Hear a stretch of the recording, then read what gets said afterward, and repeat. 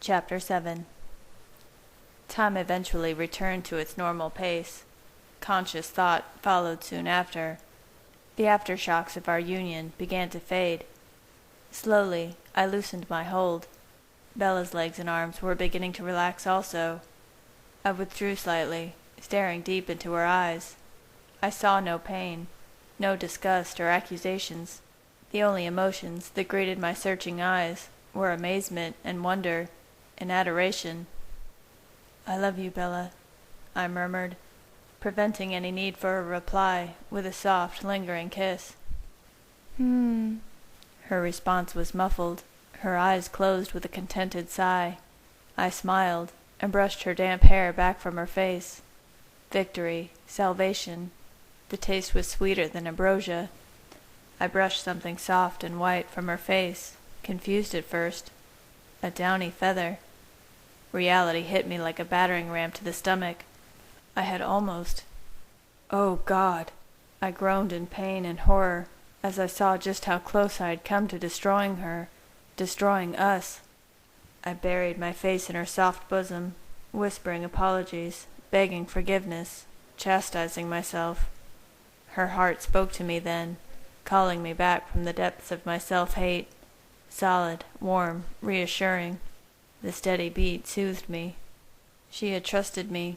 Her faith had saved us both. Perhaps she had been right. Perhaps I was incapable of hurting her, even in the face of instincts and temptations more powerful than the elements. I allowed myself to calm down.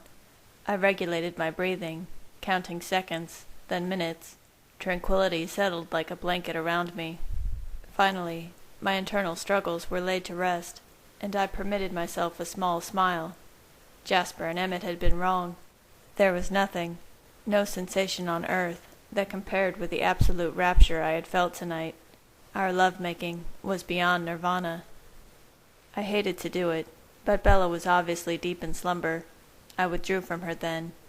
Kneeling over her, I drank in the sight of her adorable face, so peaceful in sleep. Her face glowed in the moonlight, radiant, serene, fulfilled.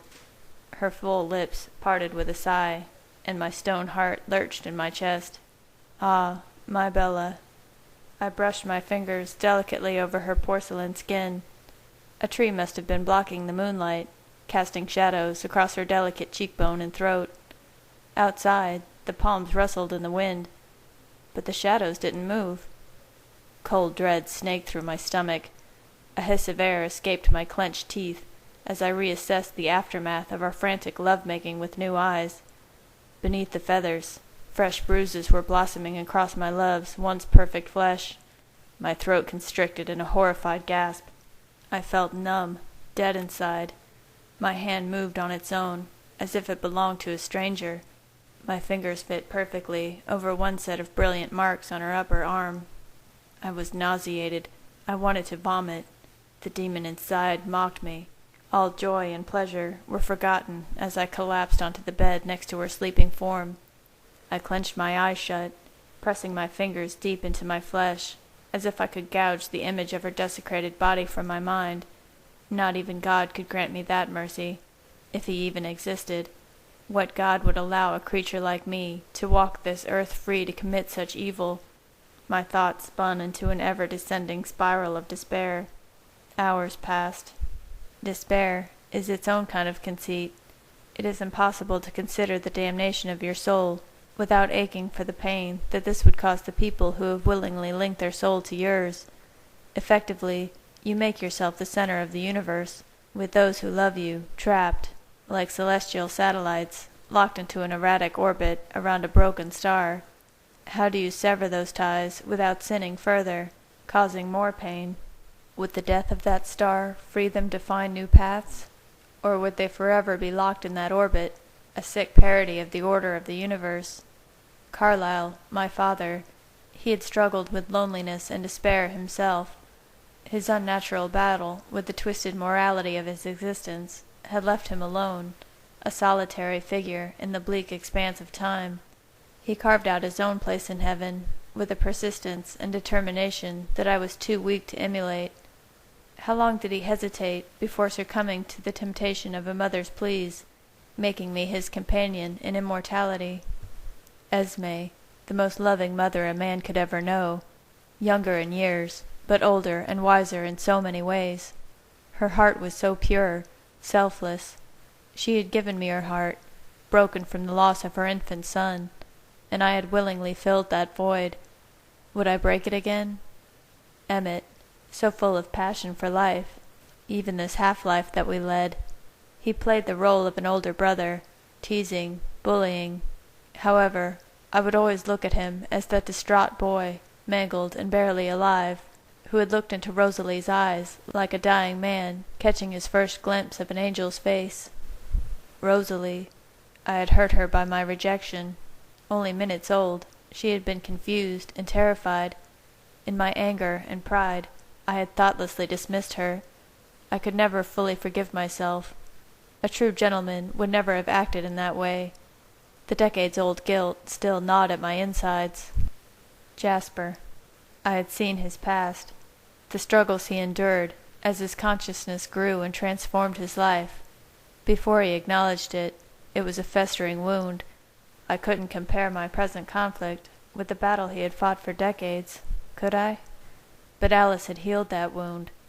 Oh, Alice, my dearest sister, my closest confidant. Before I met Bella, Alice had been the brightest star in my endless night. Her vivacious spirit always lifted me from my darkest moods. What was she seeing now? What path would my tormented mind choose? And what would that choice mean for everyone and everything that I held dear? Bella. I could not continue. Words could not describe the hopelessness I felt.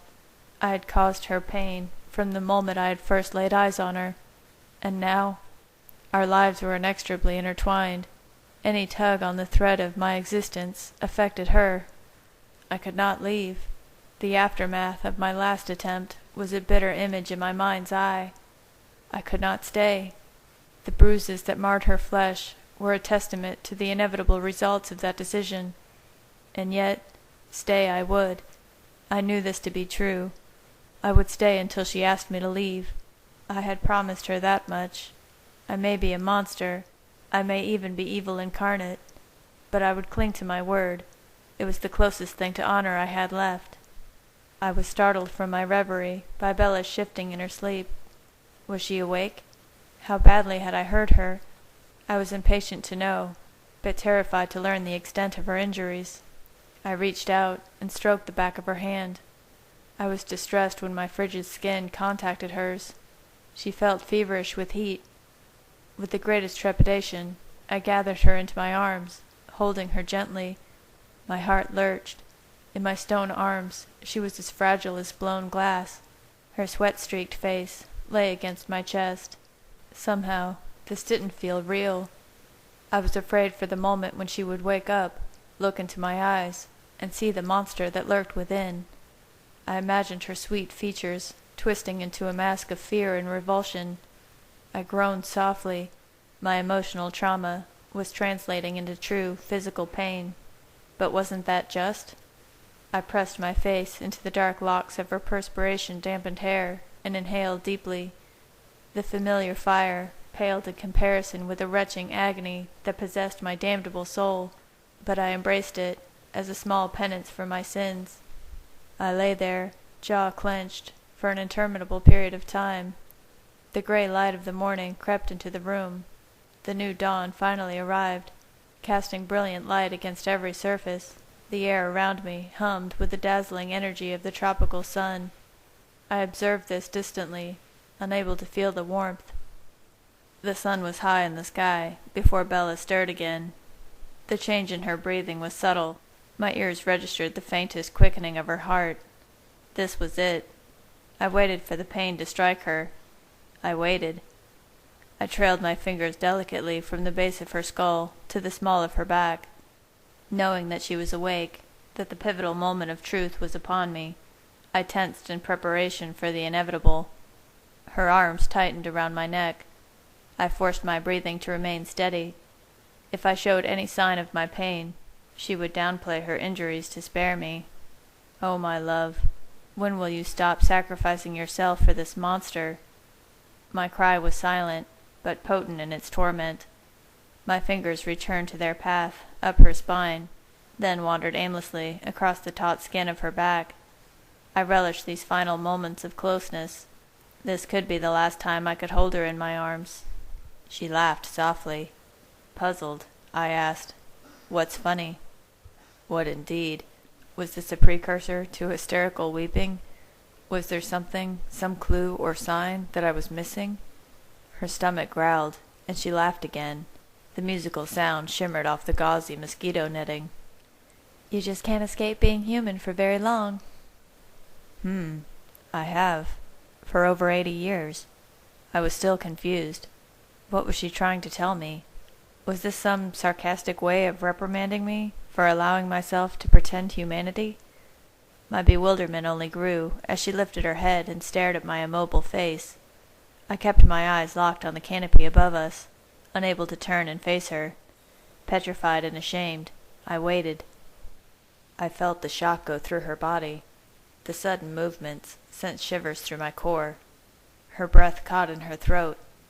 "Edward, what is it? What's wrong?" "Oh, Bella, you were never this cruel. Why are you feigning ignorance? Do you want me to confess my sins out loud?" I could not stop the bitter words from escaping. "You have to ask?" She did not respond with words. Instead, she brought her graceful fingers to my face, stroking my forehead, where lines of strain betrayed my deep-seated anxiety. I cursed my inability to hear her thoughts. Finally, I could endure the silence no longer. "What are you thinking?" I whispered the words, dreading the answer, but needed to know. "You're upset. I don't understand. Did I—" Her voice trailed off. Was I imagining her confusion? I longed to look into those warm brown eyes, the clearest window into her mind, but I couldn't bear it, afraid that all the warmth would be absent, replaced by something distant and alien. My eyes tightened with the strain of forcing more words out. "How badly are you hurt, Bella? The truth. Don't try to downplay it." Did I really want to know the truth? Could I bear that knowledge? Yes, I decided. I had to. "Hurt?" She repeated the word as a question. Why? Would she prefer a different word? Injured, bruised, wounded, damaged?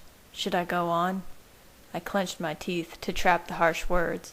She did not deserve my anger. Timidly at first, she stretched her arms and legs. I was staggered by the realization that I was starting to become aroused by her closeness. Her long pale legs were moving, smooth and naked against mine. Humiliation and self-disgust wrenched my gut. I sensed the anger growing inside her, but her next words were not what I had been prepared for. "Why would you jump to that conclusion? I've never been better than I am now." I should have known. I sealed my eyes shut to contain the sudden rage inside me. Of course she would hide her anger. I was infuriated by her stubborn goodness. "Stop that," I hissed. "Stop what?" She pretended ignorance. "Stop acting like I'm not a monster for having agreed to this." My voice was black with frustration. "Edward." I flinched at her shocked whisper. Even now, her voice speaking my name struck me to the center of my soul. "Look at yourself, Bella, then tell me I'm not a monster," I ordered. Bella had never been a good liar. I would force her to face the truth head on. Then we would see. John 8:23, "And the truth shall set you free." Strange that now, in this moment, my mind should wander to quotes from the Bible. I considered that for a moment. I had cornered Bella. I had imprisoned her in a future of endless night. Perhaps this was for the best. When she saw the evidence of my grotesque nature tattooed across her naked body, would she run for freedom? Her single gasp broke through the silence. The knife in my stomach twisted viciously. "Why am I covered in feathers?" She was confused. I exhaled impatiently. The hours of torment were wearing me down. "I bit a pillow. Or two. That's not what I'm talking about." "You bit a pillow? Why?" I really didn't want to elaborate. In my present frame of mind, I wasn't sure I could stand to relive that moment when I had almost— No, I couldn't think of that. "Look, Bella!" The growl in my voice was unmistakable.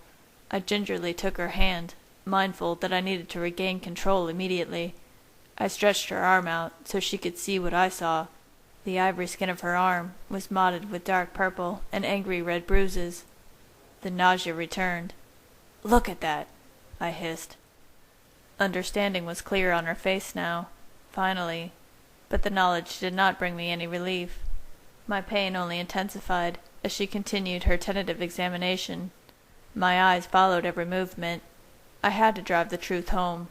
She had proven her ability to deny the pain, but she couldn't deny this. Desperately trying to control the shaking, I reached out with my right hand. I fought the compulsion to flee the room in disgraced humiliation. Slowly, so that she could not miss the gravity, the danger I had exposed her to, I placed my fingers delicately over the handprints on her arm. "Oh," she breathed in recognition. "Nothing more? No screaming? No tears?" "I'm so sorry, Bella," I whispered. "I knew better than this.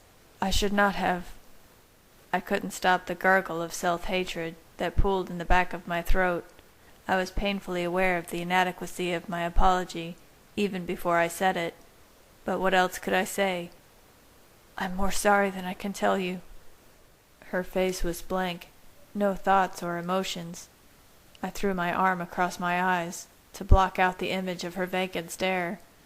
Several moments passed before she moved. I felt a soft touch on my arm, but I could not move. I was reliving that moment last night, when in the motions, mimicking my most recent action, I had fitted my hand to the bruises on her skin, and succumbed to this torrential misery. A frail human hand wrapped around my wrist, exerting a pitiful amount of pressure. "Edward." I remained as rigid as the statue. "Edward." What did she want me to say? What could I do? I couldn't look into her eyes without seeing the pain. I couldn't look at her body without reliving this agony. "I'm not sorry." She spoke forcefully, disregarding my apology. I can't even tell you. I'm so happy. That doesn't even cover it. Don't be angry. I'm really I could stand this no longer, her peaceful acceptance of the evidence of my massacre. No, I could not let her finish. "Do not say the word fine." My voice sounded as icy as my soul felt. "If you value my sanity, do not say the word fine." "But I am." She persisted in a hushed tone. She was intimidated by the violent edge in my voice. "Bella, don't." I knew my plea was in vain. "No, you don't, Edward." At any other time, I would have been amused by the scolding. I couldn't help myself. I pulled my arm away from my eyes, to search her face for the meaning of her words and actions. Her fathomless brown eyes met my golden gaze without flinching. "Don't ruin this. I am happy." She emphasized each word. Had I been wrong all this time? Did she really not feel the pain? Was the joy she felt at our union so great that it overshadowed the injuries that my lack of control had inflicted? "I've already ruined this," I whispered, hesitant to let go. Forgiving myself went contrary to the fierce desire to protect her. "Cut it out," she snapped. I ground my teeth as the conflict within me raged on. "Ugh," she groaned. "Why can't you just read my mind already? It's so inconvenient being a mental mute." But she always said— "That's a new one. You love that I can't read your mind." "Not today." If I could, what would I hear? Why? I stared into her eyes, waiting for the veil to lift and reveal her cryptic thoughts. Frustrated beyond words, she threw her hands up in the air and brought them down onto my chest with a sharp smack.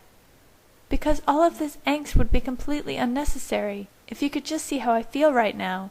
Or 5 minutes ago, anyway. I was perfectly happy," she ranted. "Totally and completely blissed out.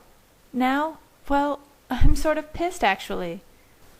This wasn't the reaction I expected, but I welcomed even the hint of her wrath. "You should be angry at me." "Well, I am. Does that make you feel better?" she retorted. I sighed. No, I don't think anything could make me feel better now. Or ever, I continued to myself. That right there is why I'm angry. You are killing my buzz, Edward. I rolled my eyes and shook my head. She obviously didn't understand. Her tone softened, the edge of annoyance fading as she continued. We knew this was going to be tricky. I thought that was assumed. And then, well, it was a lot easier than I thought it would be. And this is really nothing. She brushed a painful-looking bruise with a graceful sweep of her fingers. I think for our first time, not knowing what to expect, we did amazing. With a little practice. I couldn't believe what I was hearing. Tricky? Is that what she called it? She thought it was easy, when I miraculously managed to divert my killing instinct to tearing out her throat and draining her blood? The way she casually accepted the possibility of her death and my destruction, I was furious. Assumed? I spat the word out. Did you expect this, Bella? Were you anticipating that I would hurt you?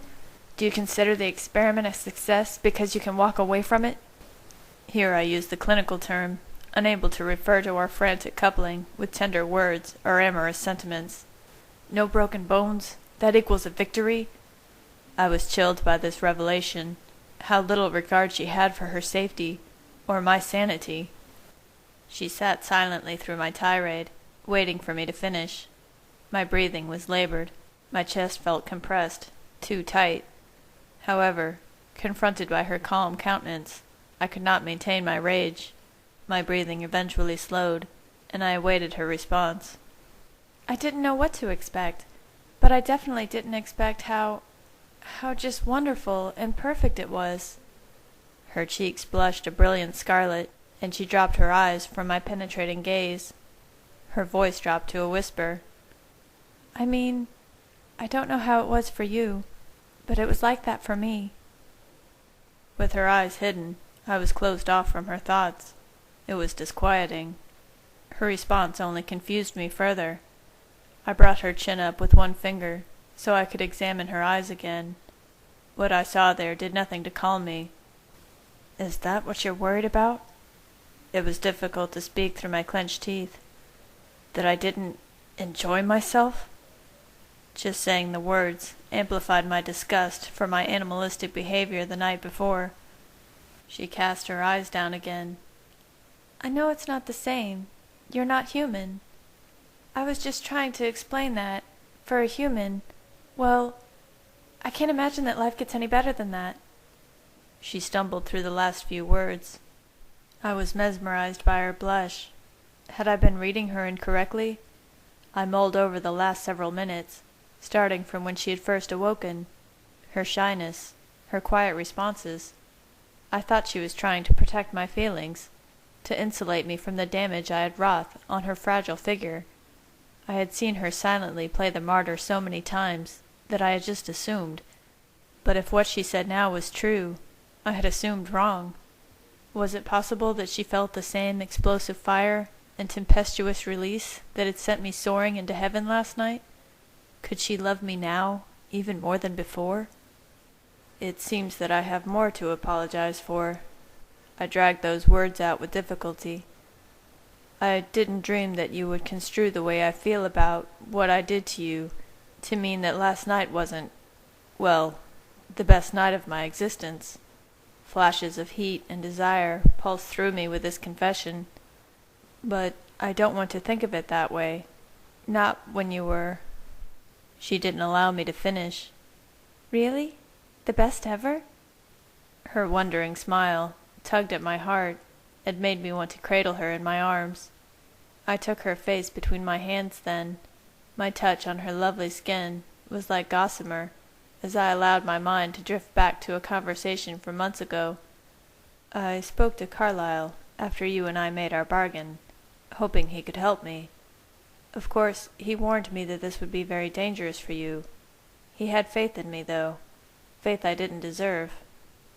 She drew a breath to speak, but I silenced her with a light touch on her lips. I wasn't finished. I also asked him what I should expect. I didn't know what it would be for me, what with me being a vampire. How I detested the word. I felt a tired smile twist up my lower lip. Carlyle told me it was a very powerful thing, like nothing else. He told me physical love was not something I should treat lightly. With our rarely changing temperaments, strong emotions can alter us in permanent ways. But he said I didn't need to worry about that part. You had already altered me so completely. My lips broke into a genuine grin. It was true. I was no longer the cynical, dejected creature I had been before she lit up my world. I spoke to my brothers, too. They told me it was a very great pleasure, second only to drinking human blood. And here I paused. But I've tasted your blood, and there could be no blood more potent than that. I don't think they were wrong, really. Just that it was different for us. Something more. It was more, she agreed fervently. It was everything. I couldn't disagree with her declaration. It was everything. But that doesn't change the fact that it was wrong, even if it were possible that you really did feel that way. What does that mean? She bit back sharply. Do you think I'm making this up? Why? Hurt and distress were plain on her face. A sharp crease formed between her eyes, which were suddenly glassy with unshed tears. To ease my guilt, I continued plainly, I can't ignore the evidence, Bella, or your history of trying to let me off the hook when I make mistakes. Images were flashing through my head. All the things I had said or done that had hurt her, endangered her, caused her pain. They stalked me now, specters of guilt and remorse. She grabbed my chin then. Her face was only 3 inches from mine, and her clear, sweet breath assaulted me with every adamant word that she spoke. You listen to me, Edward Cullen. I am not pretending anything for your sake, okay? I didn't even know there was a reason to make you feel better until you started being all miserable. I've never been so happy in all my life. I wasn't this happy when you decided you loved me more than you wanted to kill me. My mind flashed to that Saturday in our meadow, the poignant taste of our blossoming love. Or the first morning I woke up and you were there waiting for me. I saw her sleeping face, heard her murmuring my name, knowing that I would be forever transformed just by loving her. Not when I heard your voice in the ballet studio. The memory of her body, broken and bleeding, made me flinch in remembered agony. Or when you said I do, and I realized that somehow I get to keep you forever. I had felt the same wonder and joy.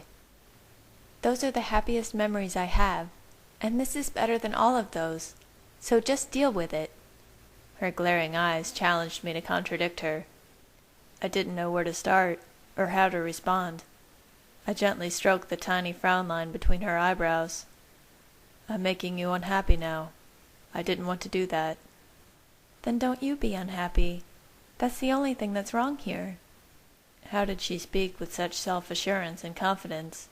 I thought back to her words when she joined me in the ocean. Was that only yesterday?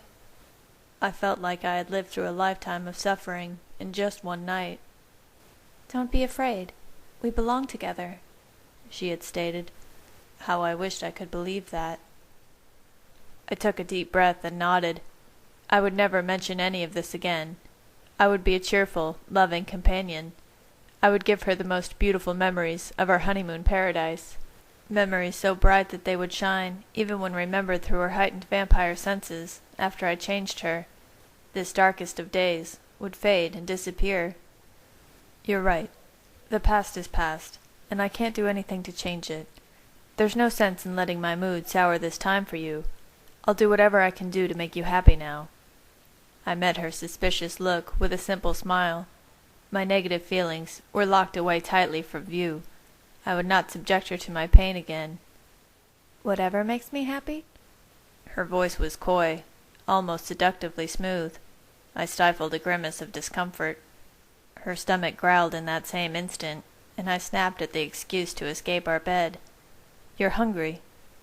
I rose swiftly and pulled on a pair of loose-fitting khakis. Tiny white feathers swirled around me, drifting across the floor and sticking in my hair.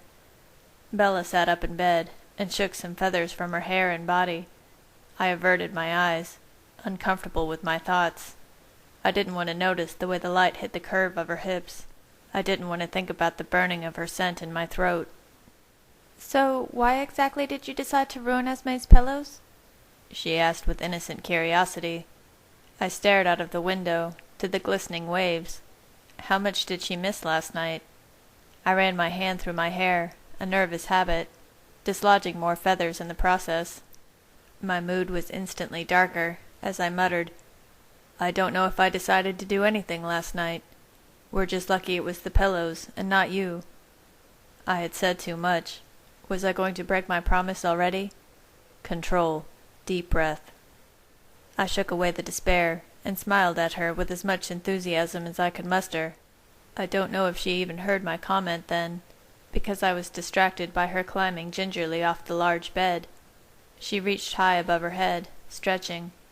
The bright sunlight illuminated every bruise, shadow, and blemish. It was even worse than I had realized. I gasped in shock, and had to turn away to regain control.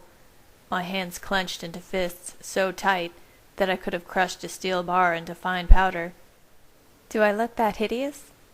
Her tone was light and playful. I took in a swift breath at her use of the word hideous. I'm a hideous monster. Behind me, her light steps carried her into the bathroom.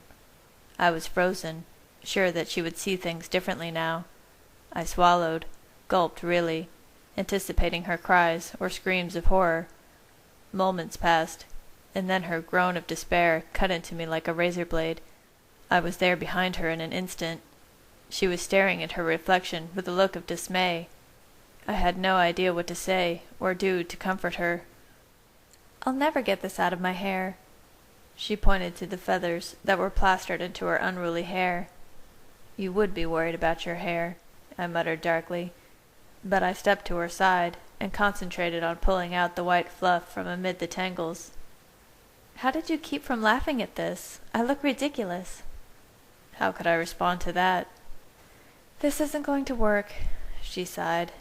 "It's all dried in. I'm going to have to wash it out." She twisted around to face me, her warm arms wrapped enticingly around my waist. "Do you want to help me?" "Yes," my body screamed. I thought of our shower last night, her body glowing with desire and slick with soapy bubbles. Oh God, I can't do this. I would have growled, but I crushed that urge too. "I'd better find some food for you."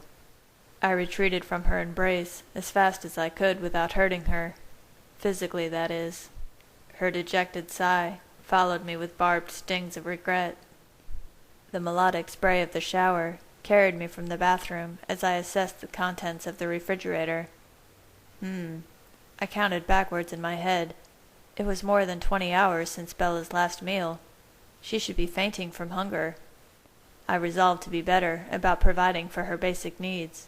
I couldn't allow my distractions. Now there was an awfully innocuous word for what I was feeling.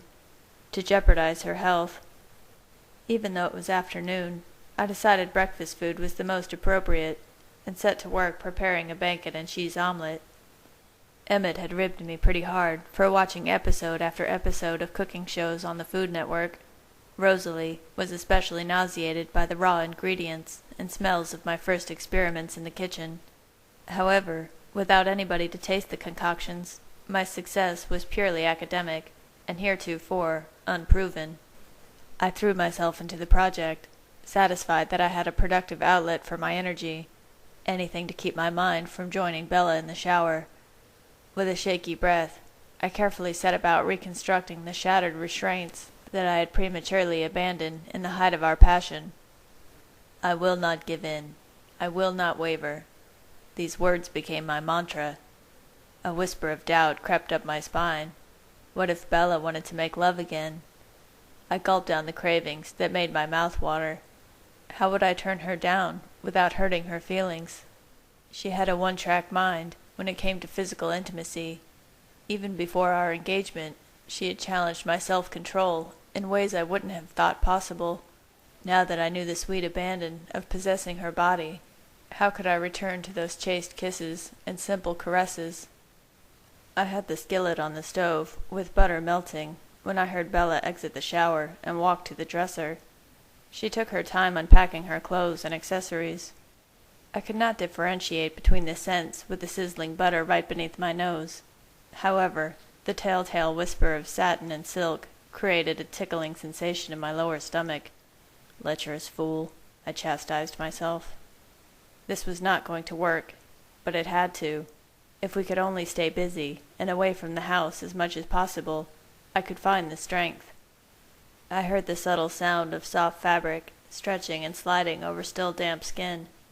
I only had moments before I would have to face her. I slid the fully cooked omelet deftly onto a waiting plate. It looked like a huge portion for her petite body, but again, she had not eaten anything for over a day. I turned to greet her with a smile. "Here," I said, depositing the plate with silverware onto the small table. Bella eagerly crossed the room and slid into one of the waiting chairs. She wore a simple, white cotton dress. Her wet hair was still dark as ebony. Snow White, I thought to myself. Beautiful, pure, innocent. But I didn't think I really fit the description of a prince. I had a better record of creating danger and threatening her life than rescuing her. I turned away from my morbid thoughts, entertained by the ravenous way she was inhaling her food. I took a seat across from her. "I'm not feeding you enough," I said by way of apology. She swallowed hastily. "I was asleep. This is really good, by the way. Impressive for someone who doesn't eat." "Food Network," I replied with a grin. I guess my experiments had paid off, although I was pretty sure near starvation was tipping my approval rating a little bit. "Where did the eggs come from?" "I asked the cleaning crew to stock the kitchen. A first for this place," I stated wryly. "I'll have to ask them to deal with the feathers." My voice faded. This was not where I wanted my thoughts or my words to lead. Bella watched me silently as I stared into space, searching for a distraction. She finished her food quickly. I was vaguely impressed that there was nothing left over. "Thank you," she said simply. She leaned toward me for a kiss, and I kissed her back without thinking. The taste of her sweet lips instantly ignited the fire within me. I stiffened and leaned back in my chair. Her teeth were clenched tightly together when she spoke. "You aren't going to touch me again while we're here, are you?" I had no answer for the bitter accusation that underscored her question. What could I say without hurting her? A simple no sounded cold. I wasn't rejecting her. I just needed to buy some time. A few weeks at most. The first night would surely be the worst. She looked at me expectantly. I still had not responded to her question. With a wistful smile, I raised my hand to stroke her cheek from the corner of her eye down to her stubborn chin. She leaned gently against the palm of my hand. "You know that's not what I meant." Of course I knew, but what did she want me to say? I sighed in defeat. I know, and you're right. Speaking my resolve out loud added strength and conviction to my decision. Surely she would hear that and understand it was because of my unequivocal love that I had to say no. "I will not make love with you again until you've been changed. I will never hurt you again." Her eyes challenged my certainty with their transparent disappointment. She wouldn't give up without a fight, but I wasn't afraid to play dirty. I just needed to keep her busy and tired. The dolphins. Yes, we would definitely look for the dolphins. Snorkeling, exploring the island, swimming. We could even build sandcastles, if it would keep her occupied and out of danger. The trembling of her lower lip almost did me in. Okay, time to go. Now.